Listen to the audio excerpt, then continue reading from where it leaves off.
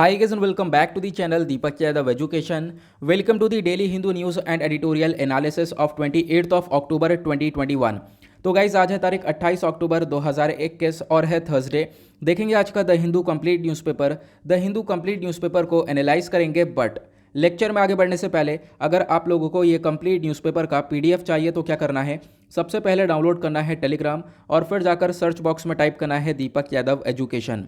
As you can see guys आप लोगों को ये वाला चैनल मिल जाएगा, उस पर क्लिक करना और जाकर इस चैनल को ज्वाइन कर लेना। देखो, अगर आप लोगों को इस तरीके से ये चैनल नहीं मिलता है तो नीचे डिस्क्रिप्शन बॉक्स में आप सभी लोगों को टेलीग्राम का लिंक दिया गया है, वो लिंक इसी चैनल का है। जैसे आप उस पर क्लिक करोगे ऑटोमेटिकली ये चैनल ओपन हो जाएगा, इसको जाकर ज्वाइन कर लेना। नाउ ज्वाइन करने से फ़ायदा क्या होगा, यहाँ पर आपको डेली बेसिस पर द हिंदू न्यूज़पेपर मिल जाता है, डेली करंट अफेयर के वीडियो का पीडीएफ मिल जाता है, डेली बहुत सारे डिजिटल नोट्स मिल जाते हैं और ये सारी चीज़ें मिलती हैं बिल्कुल फ्री में, तो जाकर इसको ज़रूर ज्वाइन करना।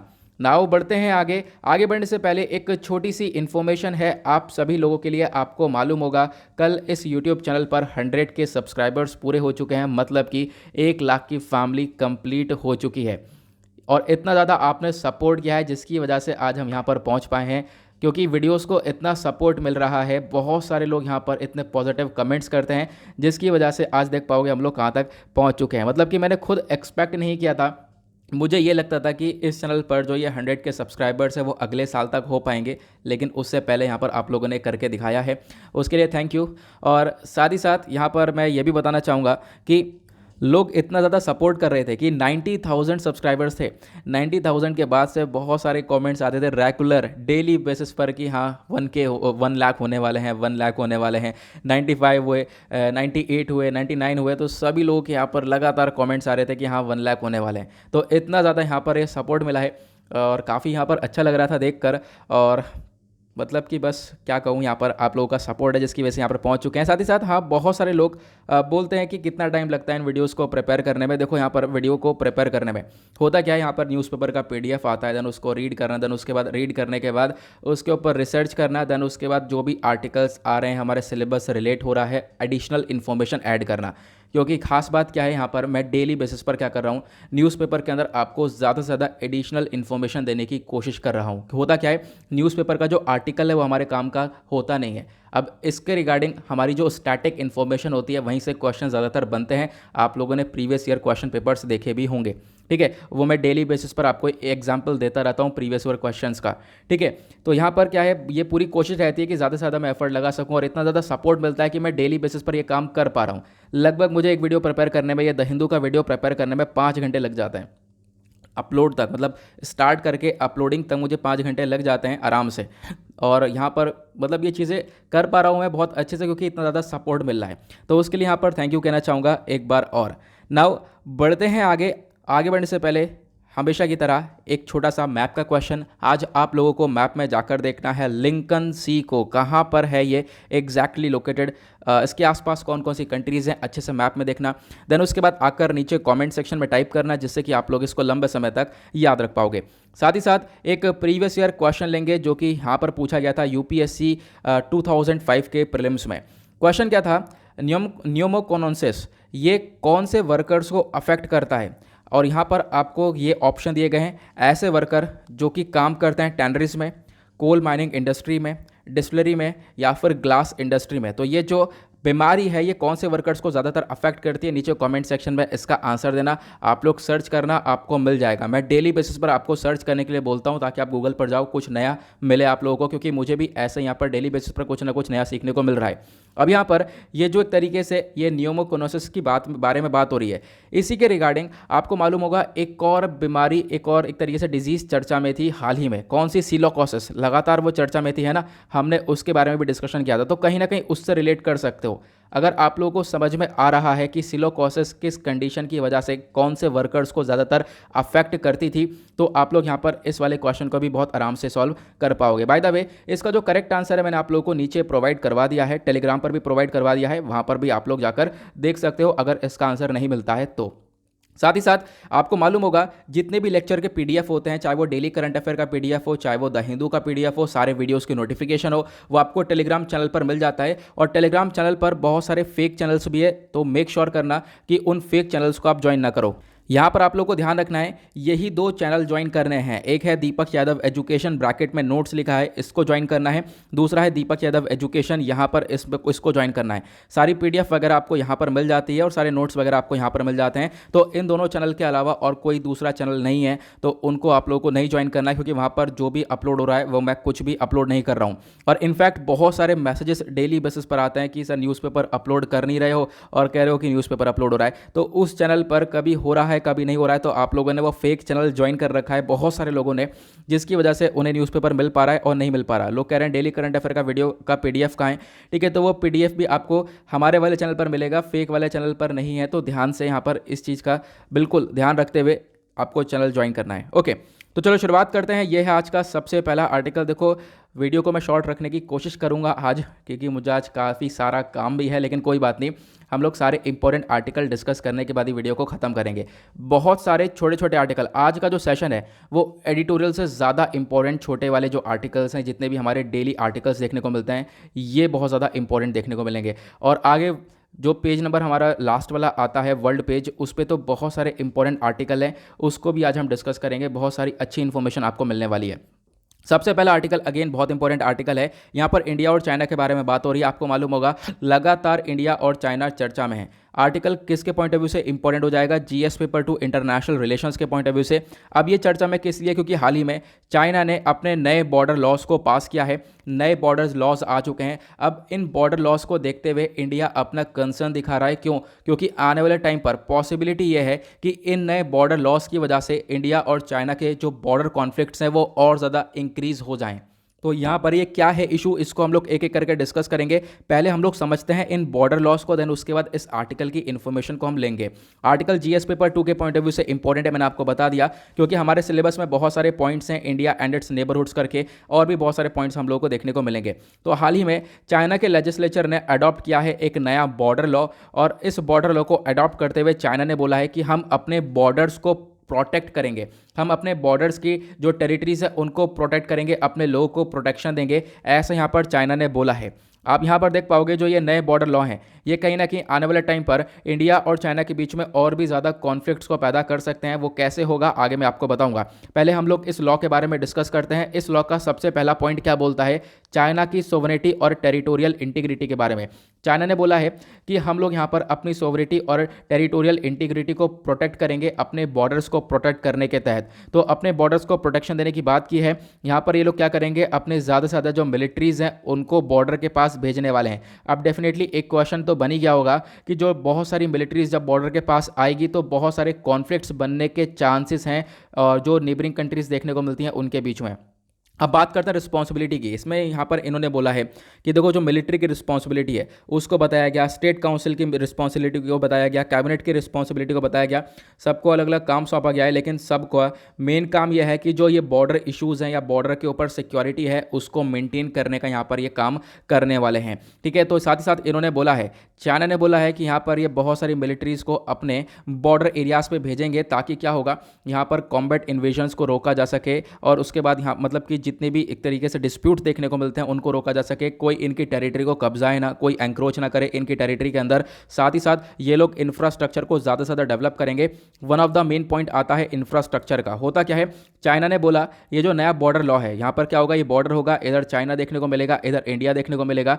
चाइना अपने बॉर्डर की साइड पर इंफ्रास्ट्रक्चर को और ज़्यादा मजबूत करने वाला है और ज़्यादा बढ़ाने वाला है। अब यहाँ पर क्या होगा, अपने इंफ्रास्ट्रक्चर को बढ़ाएगा तो डेफिनेटली इंडिया भी यहाँ पर अपने इंफ्रास्ट्रक्चर को मजबूत करने की कोशिश करेगा, क्योंकि ये हम लोगों को भी करने की ज़रूरत है। अब होता क्या है, चाइना अपना इंफ्रास्ट्रक्चर को डेवलप करता है तो उससे कोई फ़र्क नहीं पड़ता, लेकिन अगर इंडिया यहाँ पर अपना काम करता है तो चाइना इससे काफ़ी ज़्यादा अगेंस्ट में रहता है। चाइना नहीं चाहता कि इंडिया बॉर्डर के पास अपना इंफ्रास्ट्रक्चर को डेवलप करे, अपने लोगों को यहाँ पर बसाए। तो चाइना ये नहीं चाहता, इसी की वजह से बार बार चाइना का इंकर्शन हमारे टेरिटरी के अंदर देखने को मिलता है, और उसी की वजह से दोनों कंट्रीज़ में डिस्प्यूट्स क्रिएट होते हैं। साथ ही साथ चाइना ने बोला है कि ये लोग ध्यान रखेंगे इक्वालिटी के ऊपर, म्यूचुअल ट्रस्ट के ऊपर, साथ ही साथ फ्रेंडली रिलेशंस के ऊपर भी डिस्कशन हुआ करेगा। तो देखेंगे कि ये आगे कितना ज़्यादा पॉसिबल हो पाएगा। ये चीज़ तो बिल्कुल मतलब कि आप देख ही पाओगे बेकार सी लग रही है कि यहाँ पर ये चीज़ फ्रेंडली रिलेशंस को मेंटेन कभी कर नहीं पाएंगे, क्योंकि इंडिया और चाइना के रिलेशंस आप लोगों ने देख ही लिया है कि किस प्रकार से गुजर रहे हैं पिछले एक साल के अंदर अंदर। ठीक है, काफ़ी सारे डिस्प्यूट हम लोगों ने देखे हैं, बॉर्डर एरियाज़ में बहुत सारे डिस्प्यूट देखे हैं। इसकी वजह से आज के टाइम पर पॉसिबिलिटी ये है कि हम लोग इन नए बॉर्डर लॉस की वजह से और ज़्यादा कॉन्फ्लिक्ट में फंस सकते हैं। अब यहाँ पर कॉन्फ्लिक्ट में फंसने के रीज़न क्या क्या है, कंसर्न क्या है, चिंता वाली बात क्या है? सबसे पहली जो चिंता वाली बात वो है कि ये लोग अपने जो भी ट्रूप्स हैं उनको बॉर्डर के पास ज़्यादा से ज़्यादा डिप्लॉय कर रहे हैं, ज़्यादा से ज़्यादा बॉर्डर्स पर यहाँ पर अपने ट्रूप्स को भेज रहे हैं। अब ट्रूप्स बॉर्डर पर होंगे तो डेफिनेटली यहाँ पर कोई ना कोई एक तरीके से कॉन्फ्लिक्ट जैसी चीज़ें क्रिएट होती हुई नजर आएंगी। उसके बाद यहाँ पर एक कंसर्न वाली बात ये भी है कि बॉर्डर वाली साइड पर चाइना ने कोई पिछले ही कुछ सालों में, आपको मालूम होगा, एक बुलेट ट्रेन भी चला दी है, बुलेट ट्रेन को तैयार भी कर लिया है। और वो बुलेट ट्रेन कहाँ से चलेगी? तिब्बत से चलेगी न्यांगची वाले एरिया तक।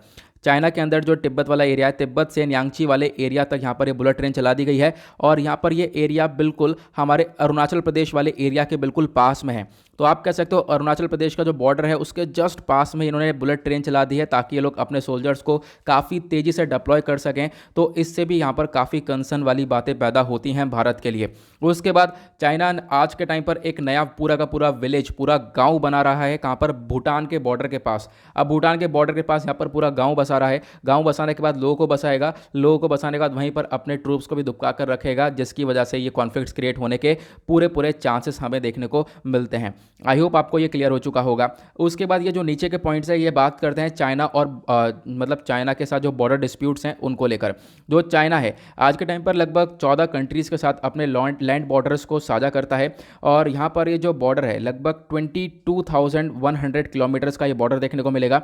लेकिन इसी के अंदर अगर हम लोग एक चीज़ ऐड करें तो वो है ये वाला पिक्चर। इस पिक्चर को मैं आप लोगों को पहले भी बहुत बार दिखा चुका हूँ, अगेन यहाँ पर देख सकते हो, क्योंकि एक बहुत इंपॉर्टेंट पिक्चर है जिसके थ्रू आपको काफ़ी सारी चीज़ें क्लियर हो जाएंगी। तो यहाँ पर अगर हम बात करें खासकर इंडिया और चाइना की सिर्फ, तो इंडिया और चाइना के बीच में ये एक सारे एरियाज़ है जो कि डिस्प्यूटेड एरियाज़ के अंदर काउंट होते हैं। एक तो अक्साई चीन वाला एरिया हो गया, इसको हम लोग बोलते हैं वेस्टर्न सेक्टर। उसके बाद सेंट्रल सेक्टर में कुछ एरियाज़ है, यहाँ पर भी डिस्प्यूट रहता है। उसके बाद इधर अरुणाचल प्रदेश वाला एरिया हो गया, यहाँ पर भी चाइना के साथ भारत का डिस्प्यूट रहता ही रहता है। ये सारे बॉर्डर डिस्प्यूट्स देखने को मिलते हैं। उसके बाद भूटान के साथ भी यहाँ पर बॉर्डर डिस्प्यूट देखने को मिल जाते हैं। तो ये आप लोग एक छोटा सा आइडिया रख सकते हो, काफ़ी ज़्यादा इंपॉर्टेंट है। देन उसके बाद आते हैं वापस से हम लोग अपने न्यूज़पेपर के ऊपर। तो यहाँ पर यही सारे टॉपिक्स यही सारे आपको पॉइंट्स देखने को मिलेंगे जो कि मैंने अभी आप लोगों को यहाँ पर बता दिए हैं। उसके बाद न्यूज़पेपर में ये जो पिक्चर आप लोगों को दिख रहा होगा, यहाँ पर भी वही सारे पॉइंट्स बताए हैं जो कि मैंने अभी आप लोगों को यहाँ पर समझा दिए कि भूटान के पास यहाँ पर विलेज को यहाँ पर एक तरीके से बनाने की कोशिश कर रहा है, पूरी तरह से विलेज को कंस्ट्रक्ट किया जा रहा है, लोगों को यहाँ पर बॉर्डर्स के पास यहाँ पर चाइना बसाने वाला है। उसके बाद ये जो पूरा का पूरा लॉ है ये कब से लागू होने वाला है? तो ये लॉ लागू होगा 1 जनवरी 2022 से, मतलब अगले साल 1 जनवरी से ये लॉ एक तरीके से फोर्स में आ जाएगा, ऐसा यहाँ पर चाइना ने स्टेटमेंट दिया। नाउ अब यहाँ पर इंडिया ने इसके रिटेलिएशन में क्या स्टेटमेंट दिया है? गवर्नमेंट ने यहाँ पर, हमारी इंडियन गवर्नमेंट ने बोला है ये एक यूनिलैटरल मूव है, यानी चाइना ने अपने आप में इसको डिसाइड कर लिया। अगर यहाँ पर ये काम कर ही रहा था, बॉर्डर से लेकर ये बातचीत है, तो यहाँ पर इंडिया के साथ क्या करनी चाहिए था? डिस्कशन करना चाहिए था। इंडिया के साथ यहाँ पर थोड़ा बहुत डिस्कशन करने के साथ यहाँ पर क्या होता, उसके बाद अपने ये लॉस को सेटअप करते तो ज़्यादा बेटर रहता।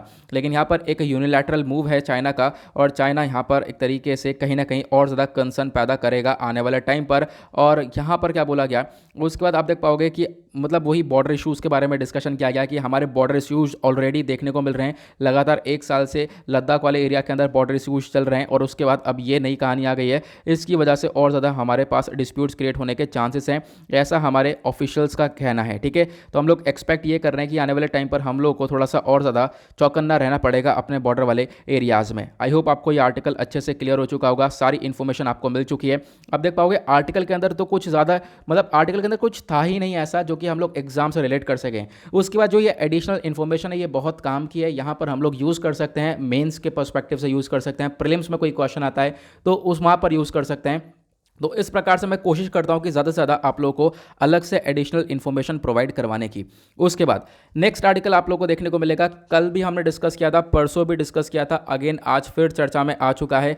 आज के बाद यहाँ पर आए कल या ना आए, लेकिन आज यहाँ पर चर्चा में है। सुप्रीम कोर्ट ने एक कमेटी को सेटअप कर लिया है, और वो कमेटी जो पेगासस के लगे ऊपर एलिगेशंस हैं उन एलिगेशंस को देखने वाली है। आपको मालूम होगा जो पेगासस स्पाईवेयर है ये लगातार चर्चा में है। अब यहाँ पर इस स्पाईवेयर को लेकर ये बोला जा रहा था कि सरकार ने इसको इस्तेमाल किया है नहीं या नहीं किया है, इसके ऊपर कोर्ट को डिसीजन लेना होगा। नाउ अब कोर्ट ने फाइनली एक कमेटी को सेटअप कर दिया है और वो जो कमेटी है वो अब पूरा का पूरा इस एलिगेशन को एग्जामिन करने वाली है। इस कमेटी के अंदर बहुत सारे मेंबर्स हैं, उन सारे मेंबर्स का नाम दिया गया है। यहाँ पर आप देख पाओगे ये सारे मेंबर्स के नाम हैं, कौन कौन सी सेक्टर से वो लोग बिलोंग करते हैं। ये कहीं पर एग्जाम में नहीं पूछा जाएगा तो इसको छोड़ देना है, ठीक है। तो उसके बाद आप देख पाओगे मतलब जो टू द पॉइंट बात वो यही है कि यहाँ पर बात ये की गई कि अब यहाँ पर जो पेगासस के ऊपर लगे एलिगेशन है उसके ऊपर ये काम करने वाले हैं। पेगासस स्पाईवेयर क्या है तो आप लोगों को मालूम ही होगा।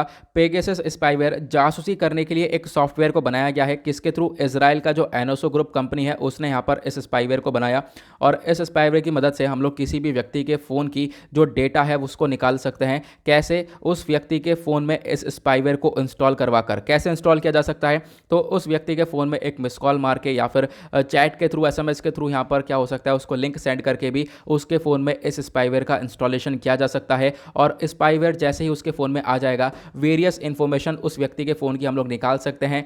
जैसे कि उसका फ़ोन का माइक्रोफोन भी हम लोग ऑन कर सकते हैं। अगर माइक्रोफोन ऑन कर देंगे तो वो कहीं पर भी होगा, जो भी बातचीत कर रहा होगा वो हमें सुनाई दी जाएगी। साथ ही साथ GPS डेटा को ट्रैक कर सकते हैं। ये सारी इन्फॉर्मेशन मैं ऑलरेडी आपको बहुत बार बता चुका हूँ, तो इसके बारे में आप लोगों को आइडिया रखना है। नोट्स के फॉर्म में चाहिए तो मैंने पेगासस स्पाईवेयर के बारे में सारी इन्फॉर्मेशन यहाँ पर लिख दी है। देखो आर्टिकल GS पेपर 3 के पॉइंट ऑफ व्यू से तो इंपॉर्टेंट है ही, साथ ही साथ GS पेपर 2 के पॉइंट ऑफ व्यू से भी इंपॉर्टेंट है। ये हम लोगों ने देखा है। पेगासस क्या है? एक मैलिशियस सॉफ्टवेयर है, मैंने आपको बता दिया, जो कि कहीं ना कहीं क्या करेगा, ये डेटा को एक्सट्रैक्ट करने में मदद करेगा। और हमने इसको एक अच्छाई के लिए, मतलब इजराइल ने जो बनाया था इसको एक अच्छाई के लिए बनाया था कि जो आतंकवादी हैं, जो टेररिस्ट ग्रुप्स हैं, इनको ट्रैक किया जाएगा, इनका डेटा निकाला जाएगा, इनको खत्म किया जाएगा। लेकिन हो क्या रहा है, आज के टाइम पर बहुत सारी कंट्रीज इजराइल से इस स्पाईवेयर को परचेज कर रही हैं ताकि अपने कंट्रीज में जो ऑफिशियल्स हैं, मिनिस्टर्स हैं, उनके ऊपर इस्तेमाल किया जा सके। जैसे कि सऊदी अरेबिया ने रिसेंटली ये काम किया है, बांग्लादेश ने यहाँ पर खरीदा है। उसके बाद आप देख पाओगे कि यहाँ पर इंडिया के ऊपर ये एलिगेशंस लग रहे हैं, इंडियन गवर्नमेंट के ऊपर एलिगेशंस लग रहे हैं। अब यहाँ पर एक कमेटी सेटअप की गई है। अब कमेटी ही बताने वाली है कि वाकई में ऐसा हुआ है, वाकई में इन पेगासस के स्पाईवेयर का इस्तेमाल सरकार ने किया है या नहीं किया है। तो इसके ऊपर यहाँ पर एक कमेटी अपनी इन्फॉर्मेशन देने वाली है आने वाले टाइम पर। ओके, आई होप आपको ये आर्टिकल भी क्लियर हो चुका है। उसके बाद यहाँ पर जो छोटे छोटे आर्टिकल हैं ये सब आगे पेज नंबर पर, आगे जो आगे वाले पेज हैं, पेज नंबर 8 पर दिए हुए हैं डिटेल में, तो वहाँ पे डिस्कस करेंगे। वैसे मैं आपको इसके बारे में बता ही देता हूँ। यहाँ पे एक एक्ट के बारे में चर्चा हो रही है, उस एक्ट का नाम है बर्थ एंड डेथ एक्ट 1969। अब जो ये एक्ट है इसमें क्या होता है, मान लो किसी व्यक्ति का जन्म हुआ तो उसका रजिस्ट्रेशन होना, किसी की डेथ हुई है तो उसका रजिस्ट्रेशन होना। देखो सभी का रजिस्ट्रेशन होता है, जिसका जन्म हो रहा है, जिसकी डेथ हो रही है, सबका रजिस्ट्रेशन यहाँ पर करवाया जाता है। वो इसी एक्ट के अंदर वो रजिस्ट्रेशन होता है। नाउ इसके अंदर अब कर दिए गए हैं बदलाव। इसके अंदर यहाँ पर सेंटर चाह रहा है एक अमेंडमेंट हो जाए। एक यहाँ पर अमेंडमेंट को प्रपोज भी किया गया है कि इसके अंदर एक चेंजेस होने चाहिए। चेंजेस क्या होने चाहिए कि मैं अभी आपको आगे समझाऊंगा। आगे पिक्चर दिया हुआ है, पेज नंबर 10 पर ही ये आर्टिकल देखने को मिलेगा डिटेल में। आगे हम लोग उस पिक्चर के थ्रू क्लियर करेंगे। जो पिक्चर दिखेगी ना सामने तो हमें थोड़ा अच्छे से चीज़ें क्लियर होंगी, तो इस वजह से थोड़ा सा आगे चलते हैं और वहाँ पर डिस्कस करते हैं। लो डायरेक्ट आ ही गए हैं हम लोग यहाँ पर। तो ये वाला पिक्चर मैं कह रहा था कि आप देख पाओगे इस पिक्चर में आपको सारी चीज़ें क्लियर हो जाएंगी। यहाँ पे अमेंडमेंट करने की बात की गई है। Registration of birth and death act 1969 में इस रजिस्ट्रेशन एक्ट का काम क्या है आपको मालूम होगा, मैंने बता दिया। किसी की बर्थ हो रही है या फिर किसी की डेथ हो रही है उसको रजिस्ट्रेट करवाना, ताकि हम लोग को पता चल सके, पॉपुलेशन में हम लोग को ये मदद मिल सके। उसके बाद इसके अंदर अमेंडमेंट करते हुए बोला यह गया है कि देखो अभी तक क्या होता है ना, ये जो रजिस्ट्रेशन है ये लोकल लेवल पर हुआ करता था कि लोकल लेवल पर कोई बॉडी होती है वो यहाँ पर इस रजिस्ट्रेशन को कर लेती है। लेकिन अब यहाँ पर सरकार चाह ये रही है कि स्टेट लेवल पर एक बॉडी होनी चाहिए, एक बॉडी एक यूनिफाइड डेटाबेस कलेक्ट करनी चाहिए। मतलब कि स्टेट लेवल पर, एक राज्यों के लेवल पर एक बड़ी सी बॉडी होनी चाहिए जो कि सारा डेटा को कलेक्ट करे, और वो जो स्टेट लेवल पर डेटा होगा उसको इंटीग्रेट किया जाए नेशनल लेवल के साथ। मतलब स्टेट के साथ जो भी डेटा आता है इस डेटा को मिला दिया जाए नेशनल लेवल के साथ, जो हमारा पूरे का पूरा कंट्री का लेवल है। तो यहाँ पर इसके अंदर जो लोकल लेवल से उसको ख़त्म करके यहाँ पर बड़े लेवल पर डेटा को कलेक्ट करने की बात की गई है कि अब जो डेटाबेस है वो हम लोग एक बड़े लेवल पर, स्टेट लेवल पर देखेंगे। स्टेट लेवल के साथ साथ जो नेशनल लेवल है उस पर कंडक्ट करेंगे। पहले यहाँ पर ये एक तरीके से लोकल लेवल पर कंडक्ट किया जा रहा था। नाउ इसी के अंदर ये एक छोटा सा बदलाव करने की कोशिश की गई है। आई होप आपको ये क्लियर हो चुका होगा। आर्टिकल आगे पॉसिबिलिटी है डिटेल में आएगा, मैं फिर से डिस्कस करूंगा, एडिशनल इन्फॉर्मेशन आप लोगों के लिए लेकर आ जाऊंगा। इस एक्ट के बारे में जो इन्फॉर्मेशन है वो मैं आपको टेलीग्राम पर प्रोवाइड करवा दूंगा। आज मुझे काफ़ी काम था, इस वजह से मैंने यहाँ पर न्यूज़पेपर में ये जो एक्ट है इसको अभी छोड़ा हुआ है। इसकी जो इन्फॉर्मेशन है वो आप लोगों को टेलीग्राम पर मिल जाएगी, ठीक है। मैं आपको वहाँ पर पोस्ट कर दूंगा और डेफिनेटली यह एक्ट वापस से चर्चा में आने वाला है। यहाँ नहीं आएगा तो डेली करंट अफेयर वाले वीडियो में कवर कर दिया जाएगा, कवर ज़रूर होगा। इसी वजह से मैं कहता हूँ दोनों वीडियोस को कवर कर लिया करो, क्योंकि यहाँ पर जो भी आर्टिकल मैं बोलता हूँ, चाहे वो अगर द हिंदू में आता नहीं है तो कोई बात नहीं, मैं उसको डेली करंट अफेयर में कवर कर देता हूँ, लेकिन करता ज़रूर हूँ, क्योंकि अब जो ये एक्ट है तो उसको मैंने लिख लिया है कि यहाँ पर ये पेंडिंग है आपका, ठीक है। तो आप लोगों को इसके बारे में ध्यान देना है। आगे बढ़ेंगे नेक्स्ट आर्टिकल की तरफ। उसके बाद एक छोटा सा आर्टिकल ये देखने को मिलेगा, यहाँ पर स्टेटमेंट दिया गया है बस खाली, और स्टेटमेंट हमारे काम के होते नहीं है, लेकिन फिर भी आर्टिकल में देख लेते हैं क्या बोला गया। यहाँ पर हमारे होम मिनिस्टर अमित शाह जी ने बोला है कि हमारे प्राइम मिनिस्टर मोदी जी ने इंडियन पासपोर्ट की वैल्यू को इंक्रीज़ कर दिया है। एक तरीके से बोले तो पूरे भारत की वैल्यू को इंक्रीज़ कर दिया है।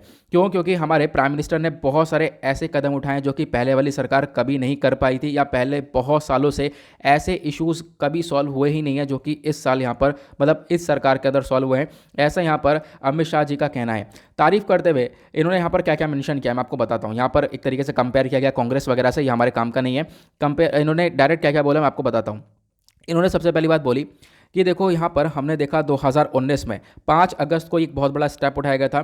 आर्टिकल 370 और आर्टिकल 35A को एबॉलिश किया गया था। इसके बाद यहाँ पर जो लद्दाख वाला एरिया था, ठीक है, और साथ ही जम्मू कश्मीर वाला एरिया था, इनको बाइफर्केट किया, यूनियन टेरिटरीज बनाया गया। ये एक बहुत बड़ा स्टेप था। आज से पहले ये स्टेप किसी ने नहीं उठाया, इसी सरकार ने उठाया है, इनका कहना यह है। उसके बाद यहाँ पर जो श्री राम जन्मभूमि आपको देखने को मिलेगा, वहाँ पर आज के टाइम पर डिसीजन है कि टेंपल बन रहा है, और एक तरीके से टेंपल के ऊपर काम स्टार्ट भी हो चुका है। ये काम पहले कभी नहीं हुआ, जो कि अब की बार करके दिखाया है इस सरकार ने। तो यहाँ पर एक तरीके से ये प्रेज कर रहे हैं हमारे प्राइम मिनिस्टर को कि प्राइम मिनिस्टर ने बहुत सारे काम ऐसे किए हैं। साथ ही साथ डीमोनेटाइजेशन का प्रोसेस लेकर आए थे, जहाँ पर ब्लैक मनी को ख़त्म किया गया। अब यहाँ पर पता नहीं कि ख़त्म हुई है या नहीं हुई है, सरकार जानती है। तो यहाँ पर आप देख पाओगे ये सारी चीज़ें आपको देखने को मिलेंगी। और यहाँ पर क्या है, इसी चीज़ को देखते हुए बोला है कि हमारे प्राइम मिनिस्टर ने इंडियन पासपोर्ट की वैल्यू को इंक्रीज़ किया है, एक तरीके से भारत की खुद की वैल्यू को भी इंक्रीज़ कर दिया है। उसके बाद एक छोटा सा आर्टिकल ये देखने को मिलेगा, यहाँ पर हमारे जो डिफेंस मिनिस्टर हैं राजनाथ सिंह जी, इनका कहना है इंडिया रेस्पेक्ट करता है UNCLOS को राइट को। अब ये UNCLOS क्या है? यह है united nation convention on the law of sea. ये जो सी होता है, जो समुद्र होता है, ठीक है, वहाँ पर भी हमारे काफ़ी सारे लॉज, रूल्स एंड रेगुलेशंस होते हैं, उन सबको मेंटेन करने का काम करता है ये UNCLOS। और आप कह सकते हो इंडिया भी कहीं ना कहीं इन रूल्स एंड रेगुलेशंस को फॉलो करता है, और इसी वजह से यहाँ पर हमारे डिफेंस मिनिस्टर ने बोला है कि यहाँ पर भारत कमिटेड है और भारत यहाँ पर लगातार रेस्पेक्ट करता है UNCLOS के राइट्स को। अब ये UNCLOS क्या है अच्छे से मैं आपको बताऊंगा।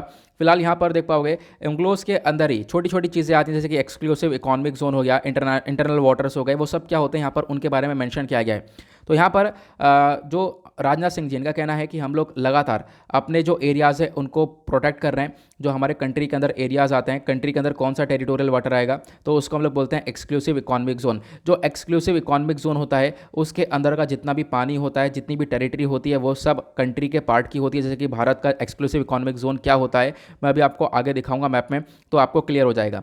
तो इसी चीज़ को यहाँ पर देखते हुए बोला है कि आज के टाइम पर हम लोग को ज़रूरत है कि इंडो पैसिफिक वाले रीजन के ऊपर थोड़ा सा हम लोग ध्यान दें, क्योंकि इंडो पैसिफिक वाले रीजन के अंदर लगातार कंपटीशन इंक्रीज़ हो रहा है। बहुत सारी प्रॉब्लम्स देखने को मिल जाती है, कभी टेररिज्म की, पायरेसी की, ड्रग ट्रैफिकिंग की, क्लाइमेट चेंज की, ऐसी प्रॉब्लम्स भी हम लोग को नए नए चैलेंजेस इंडो पैसिफिक वाले रीजन के अंदर देखने को मिलते हैं।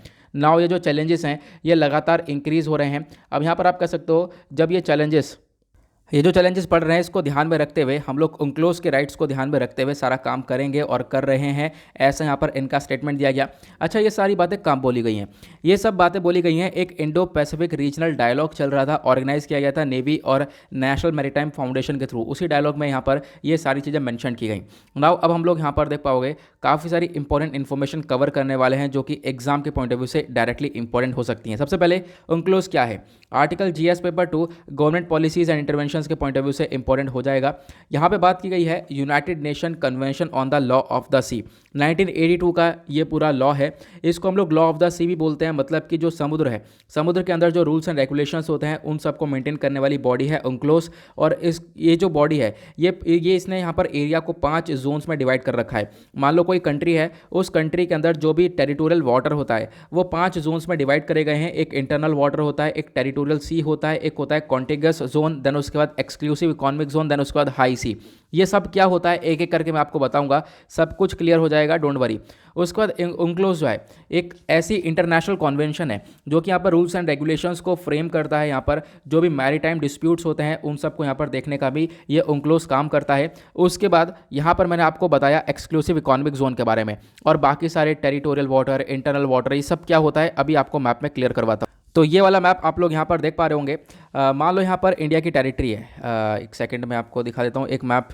मान चलो इसी मैप को ले लेते हैं। ये मैप हालांकि दूसरा है, यहाँ पर मुल्ला पेरियार डैम के बारे में डिस्कशन हुआ है, कोई बात नहीं। यहाँ पे आप देख पाओगे, मान लो ये इंडिया की टेरिटरी है। अब यहाँ पर आप कह सकते हो इंडिया के जो बॉर्डर्स हैं, अब आपका कहना होगा बॉर्डर के अंदर वाला हिस्सा होगा हमारा, ये पूरी की पूरी इंडिया का जो अंदर का हिस्सा है वो सब हमारा है। बिल्कुल। क्या पानी का हिस्सा भी है? बिल्कुल, पानी का बहुत सारा जो हिस्सा है वो भी इंडिया की टेरिटरी कहलाता है। कितना हिस्सा कहलाता है? तो इंडिया की टेरिटरी से लगभग आप कह सकते हो ये लैंड हो गया, लैंड से आपको चलना होगा 200 नॉटिकल माइल्स तक। आप 200 नॉटिकल माइल्स तक आगे चलोगे तो जितना एरिया यहाँ पर 200 नॉटिकल माइल्स तक के अंदर का जो पानी होगा वो सब भारत की टेरिटरी में आएगा। तो ये आप लोग को ध्यान रखना है। इसी को बोलते हैं हम लोग एक्सक्लूसिव इकोनॉमिक जोन। नाउ एक क्वेश्चन ये भी आ रहा होगा, सर ये 200 नॉटिकल माइल्स कितने किलोमीटर्स के आसपास होगा? लगभग 370.4 किलोमीटर्स का यहाँ पर ये एरिया होगा। 370.4 किलोमीटर तक का जितना भी यहाँ पर ये वाटर होगा वो सब इंडिया की टेरिटरी में आएगा। आप देख पाओगे ये सब यहाँ पर एक्सक्लूसिव इकोनॉमिक जोन के अंदर आता है जहाँ पर वाटर होता है। तो आपको इसके बारे में ध्यान रखना है। अब मैंने यहाँ पर आपको ये मैप दिखाया था। अब मान लो ये लैंड हो गया, लैंड के बाद जो थोड़ा सा एरिया 12 नॉटिकल माइल तक टेरिटोरियल सी होता है। टेरिटोरियल सी से पीछे इंटरनल वाटर होता है, और टेरिटोरियल सी के आगे कॉन्टिजियस जोन होता है, ये भी 12 नॉटिकल माइल का होता है। अब यहाँ पर आप कह सकते हो इससे थोड़ी सी और आगे, मतलब कि जो हमारा कॉन्टिजियस जोन है, कॉन्टिजियस जोन से शुरुआत होते हुए थोड़ा सा और आगे हाई सी तक जितना भी 200 नॉटिकल माइल्स तक का एरिया होता है, इसको हम लोग बोलते हैं एक्सक्लूसिव इकोनॉमिक जोन। ठीक है, तो आपको ध्यान रखना है। मतलब कि फिर भी ये जो पूरा हमारा जो बेस लाइन है, बेस लाइन से आप आगे चलोगे 200 नॉटिकल माइल्स तक आगे चलोगे, लगभग 370 किलोमीटर तक आगे चलोगे, तो जितना एरिया 370 किलोमीटर तक कवर हो जाएगा उसको हम लोग बोलते हैं एक्सक्लूसिव इकोनॉमिक जोन। नाउ ये जो जोन है ये किसके अंदर आएगा? ये भारत की टेरिटरी के अंडर में आता है। तो आपको इसके बारे में ध्यान रखना है। जितना भी वाटर्स होगा ये सब भारत की टेरिटरी के अंडर में ही आएगा। तो ये अलग अलग पार्ट्स में देखने को मिलता है। यहाँ पर बहुत सारे इश्यूज देखने को मिल जाते हैं एक्सक्लूसिव इकोनॉमिक जोन के अंदर। मान लो कोई घुस गया, तो ये हमारी भारत की टेरिटरी में घुसा है। यहाँ पर मान लो एक्सक्लूसिव इकोनॉमिक जोन है, यहाँ पर कोई एंटर कर गया है तो हमारी इंडियन टेरिटरी के अंदर वो एंटर किया है। तो अब यहाँ पर ये सारे बहुत सारे केसेस होते हैं, इसको यहाँ पर UNCLOS वगैरह ये केसेस को देखता है। और यहाँ पर जितने भी एक्सक्लूसिव इकोनॉमिक जोन के अंडर में जितने भी रूल्स एंड रेगुलेशंस फ्रेम किए जाते हैं वो सब UNCLOS करता है। तो UNCLOS का क्या काम है, आई होप आपको ये समझ में आ गया होगा। आगे बढ़ेंगे नेक्स्ट आर्टिकल की तरफ। उसके बाद एक छोटा सा आर्टिकल आपको ये देखने को मिलेगा, इंडिया ने यहाँ पर वैक्सीन लोन की मांग करी है। किससे? ADB से और AIIB से। ADB क्या है? तो यह है एशियन डेवलपमेंट बैंक। अब यहाँ पर AIIB क्या है ये आपको आगे पता चल जाएगा। दोनों बहुत इंपॉर्टेंट हैं। अब यहाँ पर आप देख पाओगे कि भारत ने इसके एक तरीके से लोन एक्सपेक्ट किया है यहाँ से 1.5 बिलियन डॉलर्स तक का लोन जो है यहाँ पर ये लैंड करेगा ADB, और जो AIB है वो लगभग 500 मिलियन डॉलर्स तक का ये लोन देने वाला है। इससे हम लोग क्या करेंगे, जो वैक्सीन है वो वैक्सीन को परचेज़ करेंगे, और ये जो वैक्सीन को परचेज़ किया जाएगा उसके बाद हम लोग यहाँ पर काफ़ी सारे लोगों को प्रोवाइड भी करवाने वाले हैं। लेकिन फिलहाल तो अपने कंट्री के अंदर जो वैक्सीन डेवलपमेंट है वो इसके बेसिस पर हम लोग कर रहे हैं। ठीक है, तो ये आप लोग को ध्यान रखना है। और काफ़ी सारी जो वैक्सीन के डोजेज़ हैं आज के टाइम पर हम लोग क्वालिफाई कर चुके हैं और क्वालिफाई करवाने वाले हैं WHO के थ्रू। लगभग 667, ध्यान से सुनना, 667 मिलियन जो डोजेज हैं वैक्सीन के वो क्वालिफाई किए जाएंगे वर्ल्ड हेल्थ ऑर्गेनाइजेशन के थ्रू। कोविशील्ड वैक्सीन को क्वालिफाई किया जाएगा यूज़ करने के लिए यहाँ पर, और कोवैक्सीन को अभी भी ग्रीन लाइट नहीं मिली है लेकिन कोविशील्ड को मिल चुकी है, ये आपको ध्यान रखना है। इस पूरे इनिशिएटिव को लॉन्च किया गया था दिसंबर में। ठीक है, तो ये आपको ध्यान रखना है। यहाँ पर हम लोग वैक्सीन अपने कंट्री में तो ला ही रहे हैं, साथ ही साथ दूसरे कंट्रीज़ को भी प्रोवाइड करवाने की पूरी कोशिश कर रहे हैं, उसके ऊपर भी फोकस रखा गया है। तो ये छोटी सी इन्फॉर्मेशन ध्यान रखनी है, ज़्यादा डिटेल में नहीं जाना है। यहाँ पर सिर्फ और सिर्फ लोन एक तरीके से एक्सपेक्ट कर रहा है भारत, ताकि हम लोग वैक्सीन को परचेज़ कर सकें। ठीक है, हम जो एक तरीके से वैक्सीन को ले सकें और उसके बाद अपने कंट्री को फुली वैक्सीनेट कर सकें। अब इस आर्टिकल को मैं हाईलाइट करता नहीं, वैसे देखो जनरली करने लायक भी नहीं है, लेकिन यहाँ पर दो बॉडीज़ बहुत इंपॉर्टेंट है और इनके रिगार्डिंग बहुत सारे एग्जाम्स में क्वेश्चन बनते हैं। बहुत सारे एग्जाम्स में हर साल क्वेश्चन बनते ही बनते हैं। ADB और AIIB क्या है, तो आपको यहाँ पर एक एक करके क्लियर करता हूँ। एशियन डेवलपमेंट बैंक, ठीक है, यहाँ पर ये जो बैंक है ये आपके जीएस पेपर 2 एंड 3 के पॉइंट ऑफ व्यू से इंपॉर्टेंट हो जाएगा, क्योंकि वहाँ पर हमारे सिलेबस के अंदर मेंशन्ड है इकोनॉमी करके और इंपॉर्टेंट इंटरनेशनल इंस्टीट्यूशंस का एक टॉपिक मेंशन है, तो वहाँ के पॉइंट ऑफ व्यू से इंपॉर्टेंट हो जाएगा। Now ADB, Asian development bank, एक रीजनल डेवलपमेंट बैंक है जिसको बनाया गया था 1966 में। इसके अंदर 68 मेंबर्स हैं, भारत इसका एक फाउंडिंग मेंबर है। और यहाँ पे आपको ध्यान रखना है 49 जो मेंबर्स है इसके एशिया से हैं और 19 मेंबर्स आउटसाइड से, मतलब बाहर वाले एरिया से बिलोंग करते हैं, ये आपको ध्यान रखना है। देन उसके बाद इसका मेन काम क्या होता है, सोशियो और इकोनॉमिक डेवलपमेंट करना एशिया और पैसिफिक वाले रीजन के अंदर, वहाँ पर जितनी कंट्रीज़ हैं उनके अंदर डेवलपमेंट करने का काम करता है, लोन्स वगैरह प्रोवाइड करवाता है। और उसके बाद आज के टाइम का 2019 तक का एक डेटा है जो कि ये बताता है एशियन डेवलपमेंट बैंक के अंदर बहुत सारी कंट्रीज़ है जिनका सबसे बड़ा शेयर देखने को मिलेगा, जैसे कि यूएस का और जापान का बहुत शेयर है। उसके बाद चाइना का सबसे बड़ा शेयर है, इंडिया का भी है 6.3% के आसपास, और ऑस्ट्रेलिया का भी है। ये डेटा 2019 का है और एक्सपेक्टेशन ये है कि आने वाले टाइम पर, मतलब आज के टाइम पर, ये शेयर और ज़्यादा इंक्रीज़ हो चुका होगा। और एडीबी का हेडक्वार्टर कहाँ पर है, तो एडीबी का हेडक्वार्टर, इस बैंक का हेडक्वार्टर है फिलीपींस के मनीला वाले एरिया के अंदर, ये आपको ध्यान रखना है। नाउ दूसरा कौन सा बैंक है, वो है AIIB, Asian infrastructure investment bank. यहाँ पर इसके नाम से आपको समझ में आ रहा होगा, अगेन यहाँ पर ये भी एक डेवलपमेंट करने के लिए बैंक को बनाया गया है, जिसका मेन मकसद है एशिया के अंदर सोशियो और इकोनॉमिक आउटकम्स को इम्प्रूव करना का काम ये करता है। उसके बाद यहाँ पर आप देख पाओगे इंफ्रास्ट्रक्चर को लेकर भी यहाँ पर काफ़ी हद तक ये लोन वगैरह प्रोवाइड करवाता है। उसके बाद इसको एस्टेब्लिश किया गया था AIIB आर्टिकल ऑफ एग्रीमेंट के थ्रू 2015 में, यहाँ पर इसको एनफोर्स किया गया।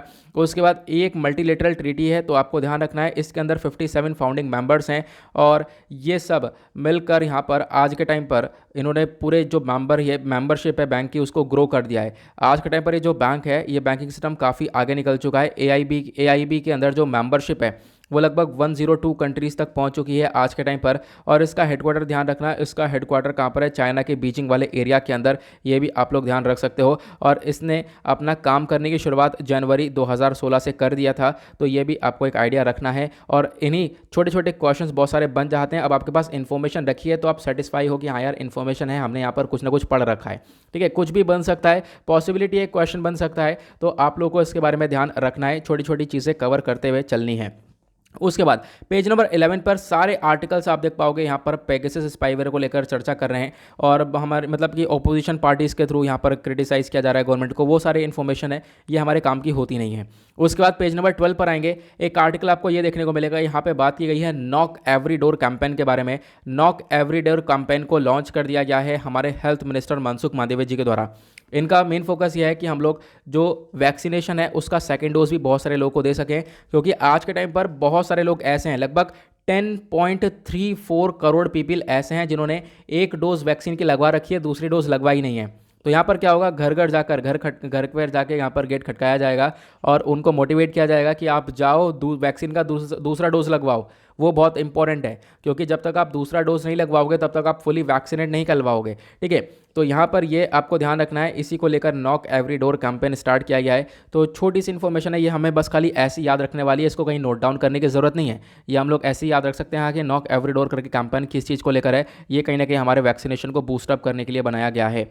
उसके बाद आते हैं एक इंपॉर्टेंट आर्टिकल की तरफ। यहाँ पे बात की गई है स्वीडन और इंडिया को लेकर, तो article GS paper 2 international relations के पॉइंट ऑफ व्यू से इंपॉर्टेंट है। स्वीडन और इंडिया के बीच में जो रिलेशंस है वो काफ़ी इंपॉर्टेंट है। इससे क्या होगा, आने वाले टाइम पर दोनों कंट्रीज़ के रिलेशन और ज़्यादा अच्छे होने वाले हैं, क्योंकि कहीं ना कहीं दोनों कंट्रीज़ के जो बिजनेस और ट्रेड टाइज है वो उनको भी प्रमोट किया जाने वाला है। स्वीडन जो है यहाँ पर लॉन्च करने वाला है टाइम फॉर इंडिया करके। ठीक है, टाइम फॉर इंडिया ड्राइव को लॉन्च किया जाएगा। स्वीडन ने यहाँ पर बोला है कि देखो, भारतीय कोई भी नागरिक हो वो सब स्वीडन में आराम से जा सकते हैं बिना किसी वैक्सीनेशन के। जी हाँ, यहाँ पर कोई भी वैक्सीनेशन की रिक्वायरमेंट नहीं है, यहाँ पर व्यक्ति आराम से स्वीडन में जा सकता है। तो ऐसा यहाँ पे बोला गया है, और किसके थ्रू बोला गया, जो स्वीडन के एम्बेसडर हैं भारत के अंदर, क्लास मोलेन, इनके द्वारा यहाँ पर यह स्टेटमेंट दिया गया है। उसके बाद यहाँ पर इन्होंने बोला कि देखो बिल्कुल आप बिना वैक्सीनेशन यहाँ पर आपको वैक्सीनेशन की रिक्वायरमेंट नहीं है, तो आप लोगों को ध्यान रखना है। इंटरनेशनल ट्रैवलर्स को लेकर बोला है कि इसमें इंडिया भी इंक्लूड है, कि इंडिया भी आराम से जा सकता है, यहाँ पर वैक्सीनेशन की रिक्वायरमेंट नहीं दी गई है। ठीक है, कोई भी रिक्वायरमेंट नहीं है, यहाँ पर कोई क्वारंटीन की रिक्वायरमेंट भी नहीं है कि आप लोग जाओगे आपको क्वारंटीन भी नहीं किया जाएगा, ऐसा यहाँ पे बोला गया है, ताकि जो कंट्रीज़ के रिलेशंस है उनको एस्टेब्लिश किया जा सके। और उसके बाद आने वाले टाइम पर स्वीडन फोकस करने वाला है भारत के साथ बायलैटरल ट्रेड के ऊपर, व्यापार के ऊपर और बिजनेस सेक्टर के ऊपर दोनों कंट्रीज़ मिलकर फोकस करने वाली हैं। और यहाँ पर मेन फोकस रखा गया है कोविड-19 के बाद, ठीक है, कोरोना के बाद यहाँ पर रिलेशंस और ज़्यादा मजबूत होते हुए नजर आएंगे स्वीडन और भारत के, ये आप लोगों को ध्यान रखना है। तो एक छोटी सी इन्फॉर्मेशन है जिसके बारे में आप लोग एक आइडिया ही रख सकते हो बस। इसको भी कोई नोट डाउन करने की ज़रूरत नहीं है, क्योंकि डेफिनेटली ये आगे फिर से चर्चा में आएगा। अब होगा क्या, जहाँ पर भी रिलेशंस होंगे इंडिया स्वीडन के, वहाँ पर आप लोग 2-4 पॉइंट ऐड कर सकते हो इसी आर्टिकल में से, ठीक है। तो ये हम लोग एक ये काम कर सकते हैं। आगे बढ़ते हैं। अब आगे क्यों बढ़ रहे हैं, अब आप कहोगे सर छोटी सी बात बता दी आपने, बिल्कुल वो छोटी सी बात ही काम की थी। बाकी सारी बात यहाँ पर आप लोग पढ़ोगे ना तो स्टेटमेंट्स ही दिए गए हैं। कोई स्वीडन की साइड से जो एम्बेसडर है उनका स्टेटमेंट दिया गया, इधर से कोई स्वीडन में एम्बेसडर है तो उनका स्टेटमेंट दिया गया है। तो स्टेटमेंट हमारे काम के नहीं है, जैसे मैं आप लोगों को पहले ही बता चुका हूँ। यहाँ पर जो इंपॉर्टेंट एस्पेक्ट था, जो 2 पॉइंट निकल कर आ रहे थे, वो मैंने आपको डायरेक्टली बता दिया है कि किस चीज़ के ऊपर मेन फोकस दोनों कंट्रीज़ करने वाली हैं, ठीक है। तो ज़्यादा टाइम वेस्ट करना नहीं है इसमें। आगे बढ़ते हैं। नाउ आते हैं पेज नंबर 13 के ऊपर, दैट इज़ वर्ल्ड सेक्शन। देखेंगे दुनियादारी में क्या चल रहा है।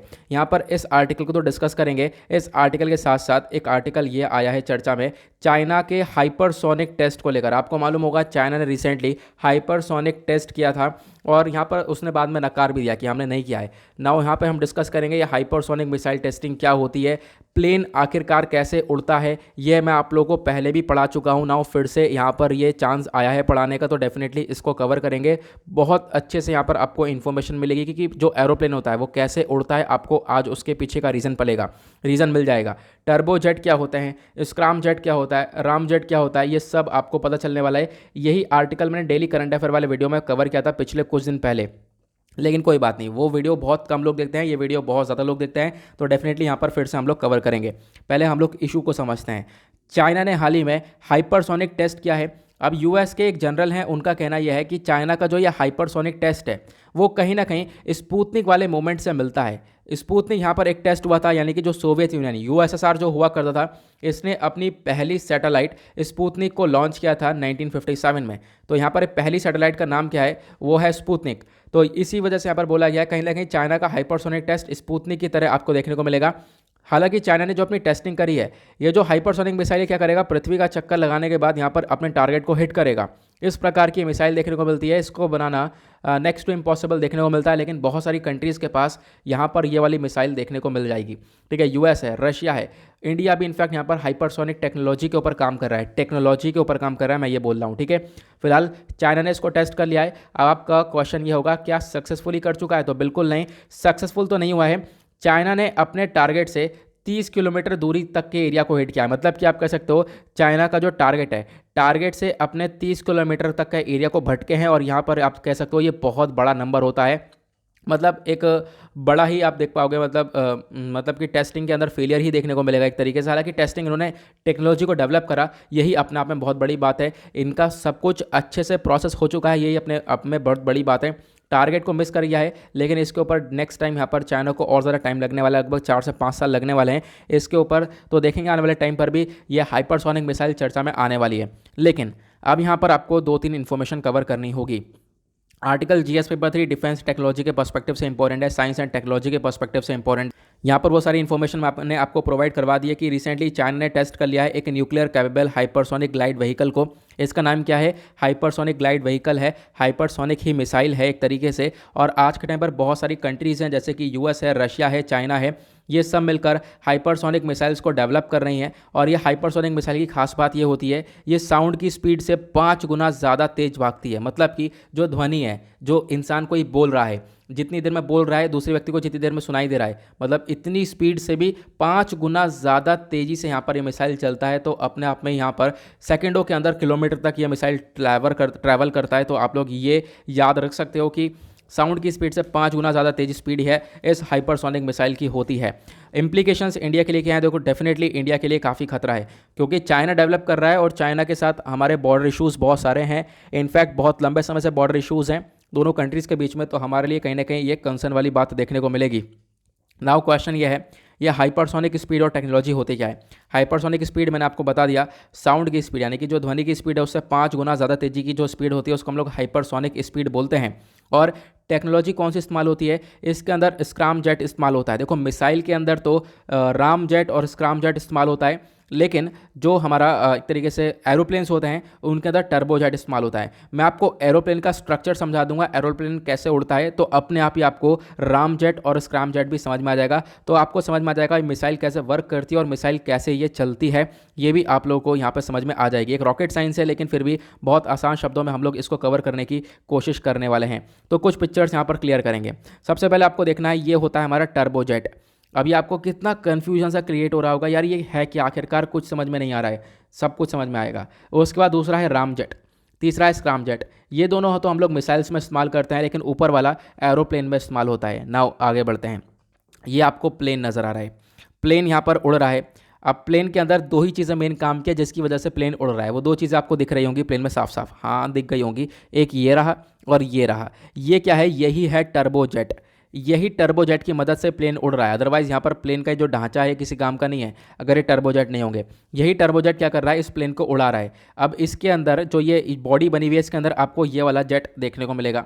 अब ये काम कैसे करता है? काम ऐसे करता है क्योंकि देखो प्लेन कैसे चल रहा है, प्लेन को एटमॉस्फेरिक विंड चाहिए, हवा चाहिए, एक अच्छी खासी हवा चाहिए जिसकी वजह से यहाँ पर ये प्लेन उड़ता है। लेकिन आपको ध्यान रखना है ये कैसे काम करता है इसके ऊपर। अब ये देख पाओगे मैंने थोड़ा सा स्ट्रक्चर बड़ा कर दिया है, ये आप लोग को देखने को मिलेगा। इसको हम लोग बोलते हैं प्लेन का टर्बोजेट। इस टर्बोजेट के अंदर ये पंखा लगा हुआ है बाहर। अभी जो पंखा है ये घूमता है, बिल्कुल घूमेगा। और पंखा घूमेगा तो क्या करता है? हवा को बहुत तेज़ी से अपने अंदर खींचता है। हवा को बहुत तेज़ी से खींचता है, ध्यान से सुनना, मतलब इतनी तेज़ी से खींचता है इसके सामने अगर कुछ भी आ जाए तो वो सब कुछ इसके अंदर घुस जाएगा। ठीक है, कितना भी बड़ा सामान आ जाए वो सब घुस जाएगा इसके अंदर। तो ये टर्बोजेट का काम क्या है? हवा को अपने अंदर खींचना। खींचने के बाद पीछे से फेंक देता है। अब पीछे से फेंक देगा तो क्या होगा? ये प्लेन आगे को भागेगा। तो ये प्रोसेस होता है। लेकिन अभी इसके अंदर मशीन के अंदर ये हवा का होता क्या है मैं अभी आपको आगे समझाऊंगा। बट उससे पहले मैं आपको एक बार ये वाला पिक्चर भी दिखा देता हूँ। तो होता क्या है, प्लेन कैसे चलता है?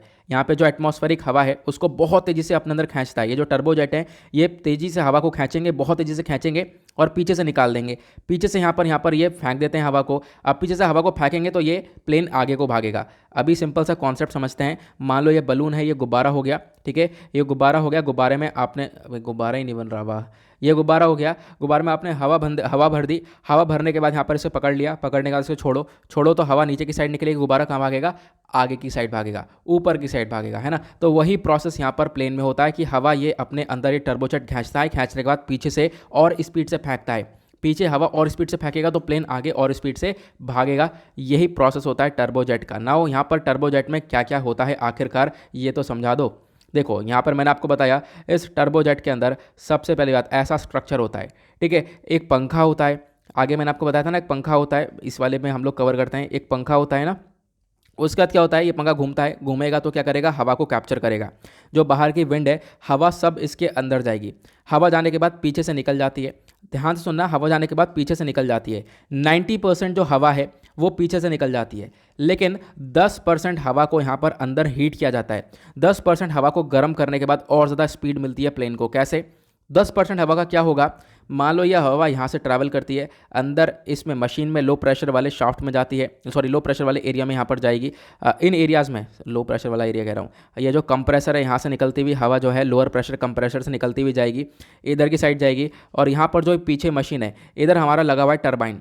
ठीक है, टरबाइन हमें घुमाना होता है। हम लोग टरबाइन घुमाएंगे तो भी हमारा पंखा घूमेगा। देखो पंखा घूमना ज़रूरी है, जब तक ये पंखा घूमेगा नहीं तब तक यहाँ पर हवा इसके अंदर खींचेगी नहीं। और पंखा कैसे घूमेगा? जब हमारे टरबाइन चलेगा। और मतलब कि एक दूसरे को सब कुछ डिपेंडेंट है। जब तक ये टरबाइन नहीं चलेगा तब तक ये पंखा नहीं घूमेगा।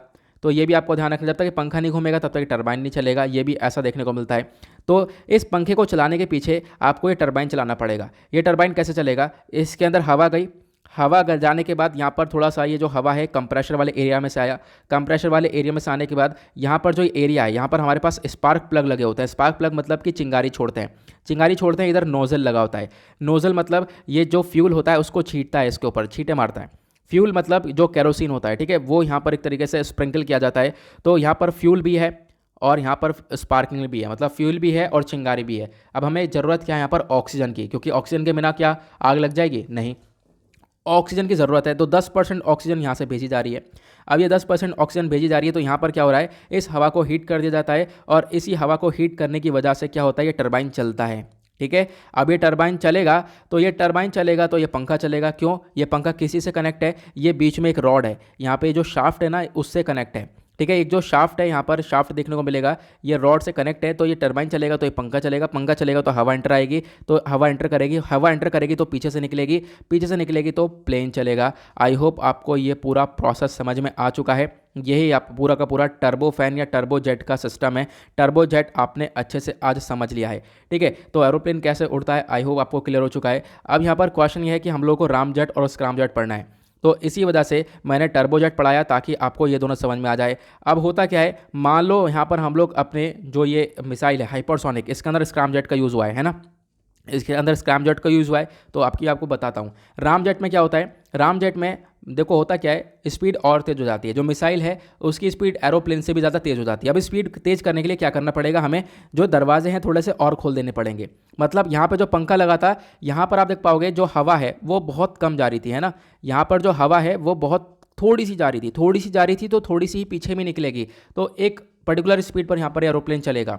लेकिन मिसाइल में आपको स्पीड थोड़ी ज़्यादा चाहिए, तो आपको थोड़ी सी ज़्यादा ऑक्सीजन चाहिए होगी, थोड़ी सी ज़्यादा एयर चाहिए होगी, थोड़ी सी ज़्यादा हवा यहाँ पर। उसकी वजह से जो स्ट्रक्चर है ये बदल दिया जाता है। बदला कैसे जाता है ये तो बिल्कुल सही है, लेकिन जो बीच वाला रॉड दिख रहा होगा आपने, इस रॉड को कर दिया गया है पतला। अब इस रॉड को जो पतला कर दिया गया है, इसकी वजह से ज़्यादा हवा इसके अंदर जाएगी और ज़्यादा हवा तेज़ी से पीछे निकलेगी और यहाँ पर मिसाइल और तेज़ी से भागेगी। अब स्क्रैम जेट के अंदर क्या किया जाता है, स्क्रैम जेट के अंदर इसी रॉड को और पतला कर दिया जाता है। आप देख पाओगे इसी रॉड को और ज़्यादा पतला कर दिया जाएगा ताकि हवा और ज़्यादा एंटर हो। हवा और ज़्यादा एंटर होगी, यहाँ पर इसको इधर की साइड और पतला कर दिया गया, यहाँ से और ज़्यादा प्रेशर बनेगा, प्रेशर से हवा पीछे जाएगी और यहाँ पर जो स्क्रैम जेट वाली मिसाइल है वो और तेज़ भागेगी। तो ये आपको ध्यान रखना है। खाली स्पेसेस को चेंज कर दिया गया है, यानी कि जगह को चेंज कर दिया गया है, जगह के अंदर कम थोड़ा बदलाव यहाँ पे एक्सपैंड और कॉन्ट्रैक्शन हुआ है, अदरवाइज पूरा प्रोसेस बिल्कुल सेम होता है। इसी वजह से जो मिसाइल्स हैं राम जेट और स्क्रैम जेट ये काफ़ी स्पीड से भागती हैं। आई होप आपको ये क्लियर हो चुका है पूरा प्रोसेस क्या है आखिरकार ये टर्बो जेट, स्क्रैम जेट और राम जेट। देखो बहुत ज़्यादा हेल्पफुल है ये आपके लिए आने वाले टाइम के लिए, क्योंकि काफ़ी चर्चा में रहता है। इसको हम लोग पूरे सिस्टम को बोलते हैं एयर ब्रीथिंग प्रोपल्शन सिस्टम। यहाँ पर हम लोग एयर का इस्तेमाल करते हैं जो कि अर्थ पे मतलब बहुत ज़्यादा ऊंचाई पर है, उसी एयर का इस्तेमाल किया जाता है और उसी इस्तेमाल की वजह से हम लोग यहाँ पर अपने राम जेट, स्क्रैम जेट और साथ ही साथ जो टर्बो जेट है उसका यूज़ करते हैं। तो राम जेट क्या है, यहाँ पर मैंने सारी इन्फॉर्मेशन आपको प्रोवाइड करवा दी है, वही बिल्कुल सेम चीज़ें जो मैंने आपको बताया वो यहाँ पर लिखित में भी आपको मिल जाएंगी। आई होप आपको ये क्लियर हो चुका है। आगे बढ़ते हैं। आगे जो है आर्टिकल है एक हमारा पेज नंबर 14 पर आएंगे, that is business section. Economy के पर्सपेक्टिव से एक आर्टिकल आपको ये वाला देखने को मिलेगा। यहाँ पे बात की गई है कोल क्राइसिस के बारे में। बोला गया कि आने वाले टाइम पर कोल क्राइसिस और भी हम लोग को देखने को मिल सकते हैं। देखो अभी हम लोग कोल क्राइसिस से गुजरे नहीं हैं, यहाँ पर रिस्क है कि अभी भी यहाँ पर आउटेज हो सकता है। ठीक है, तो यहाँ पर क्या है वही कोल क्रंच भारत के अंदर देखने को मिला, कोयले की कमी हुई। इसके पीछे का रीज़न क्या क्या है, क्योंकि हमने इंपोर्ट करना कम कर दिया है, इंटरनेशनल लेवल पर कोयले के दाम बढ़े हैं, इंपोर्ट हमने करना कम किया। उसके बाद बहुत सारी जगह पर बारिश हुई, बाढ़ आई, उसकी वजह से जहाँ पर कोयले की खुदाई होती है, जो कोयले की खान है, वहाँ से हमने कोयले को निकाला नहीं तो वहाँ तक अपनी जहाँ पर बिजली बनती है वहाँ तक पहुँचेगा नहीं।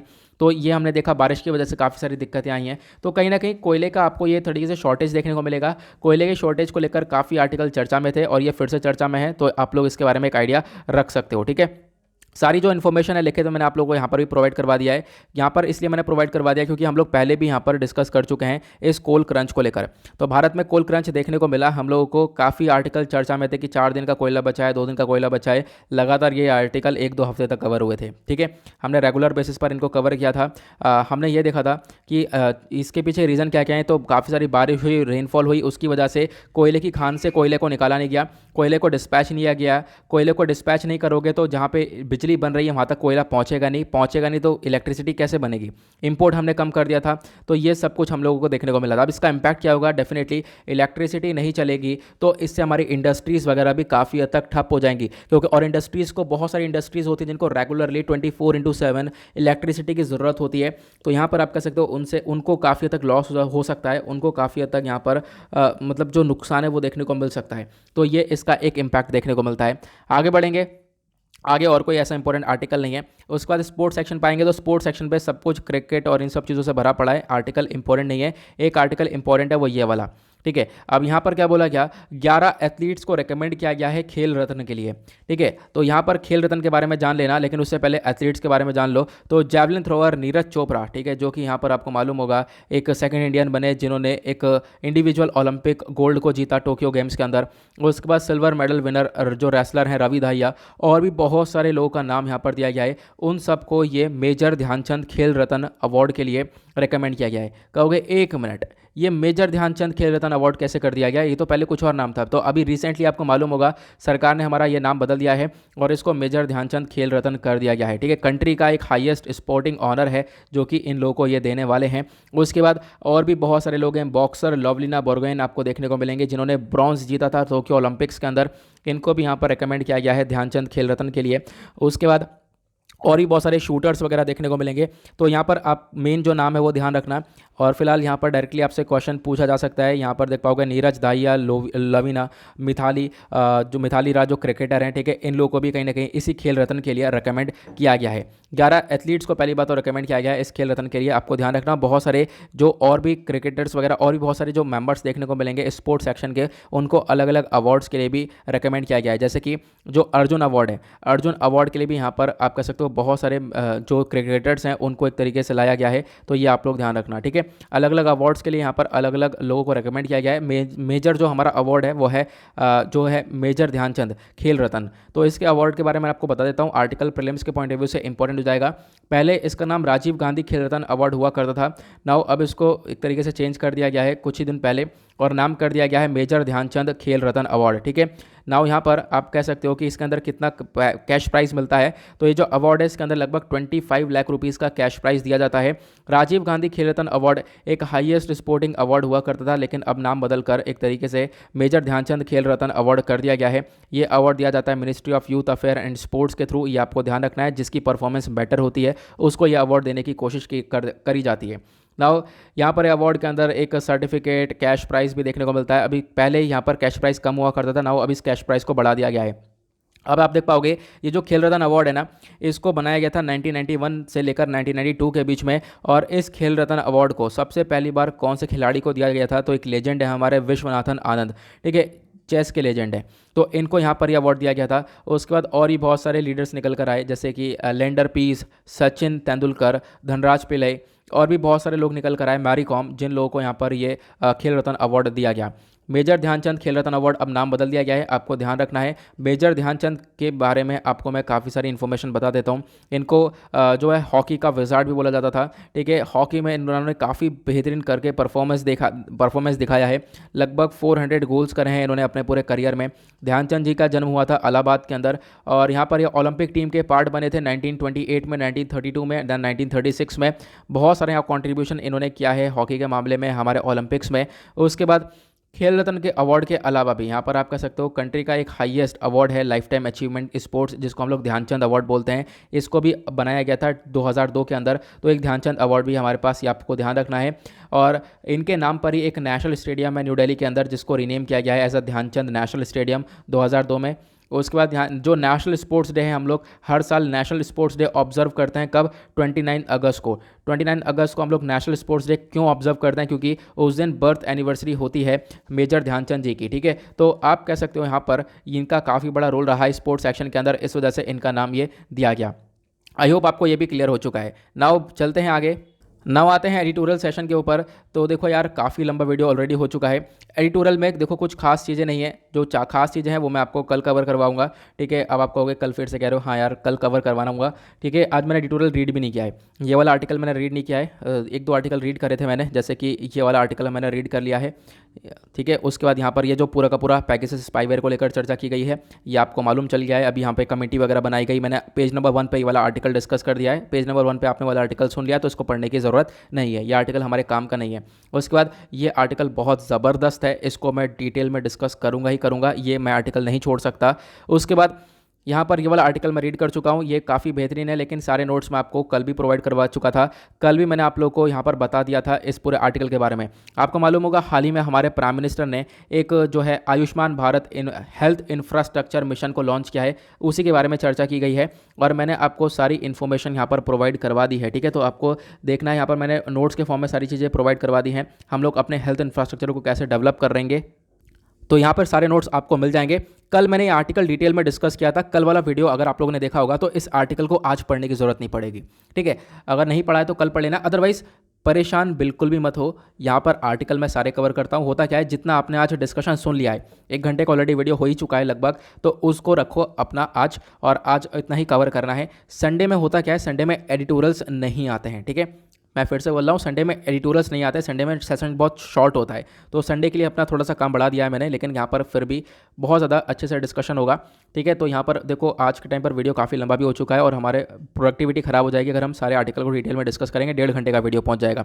तो एक आर्टिकल ये हो गया और एक आर्टिकल ये हो गया, तो 2-3 एडिटोरियल हैं जो कि बहुत ज़्यादा अच्छे हैं, उनको डिस्कस किया जाएगा और डेफिनेटली किया जाएगा। आपका छूटता कुछ भी नहीं है और ये सारी रिस्पॉन्सिबिलिटी मेरी होती है। पहले भी ऐसा मैं करता हूँ कि कभी कभी एडिटोरियल को मैं स्किप कर देता हूँ और अगले दिन कवर करता हूँ, तो यहाँ पर इसके बारे में आपको ध्यान रखना है। छूटेगा कुछ भी नहीं, जितना पढ़ लिया है अपना आप उसका रखो, उसके नोट्स प्रिपेयर करो और साथ चलते रहो, वीडियोज़ को फॉलो करते रहो, आपकी कोई भी चीज़ नहीं छूटेगी, वो मेरी रिस्पॉन्सिबिलिटी और इसके एश्योरेंस मैं देता हूँ आपको। ओके, नाउ इसी के साथ करते हैं हम लोग अपने लेक्चर को समाप्त। मिलते हैं आप लोगों से नेक्स्ट वीडियो में। आज के लिए bye bye, have a nice day, thank you and Jai Hind.